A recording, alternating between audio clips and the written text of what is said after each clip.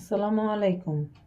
আজকে আমরা রং তৈরি করতেছি, মানে রঙের খেলা হচ্ছে এখানে।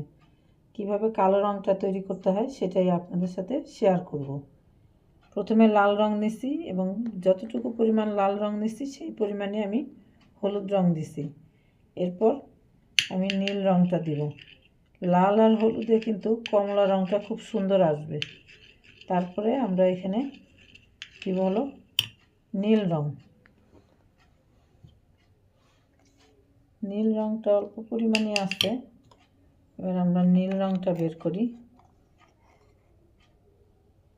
নীল রংটা আমার একটু জমে গেছে। তারপর নীল রংটা না হলে কালো রংটা ফুটবে না।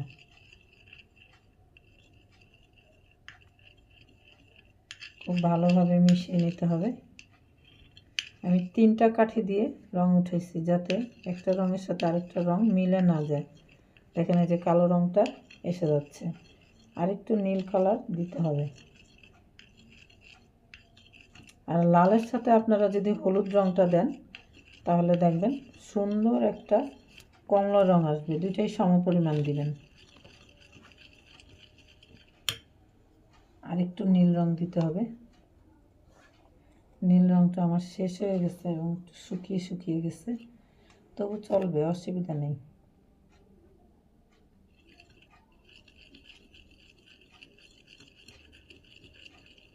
দেখেন রঙের কি অপূর্ব খেলা। লাল হলুদ এবং নীল মিলে হয়ে গেল কালো কালারটা।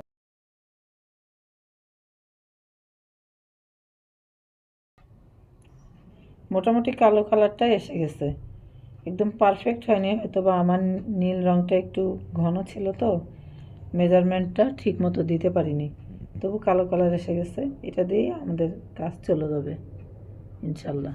আল্লাহ হাফেজ।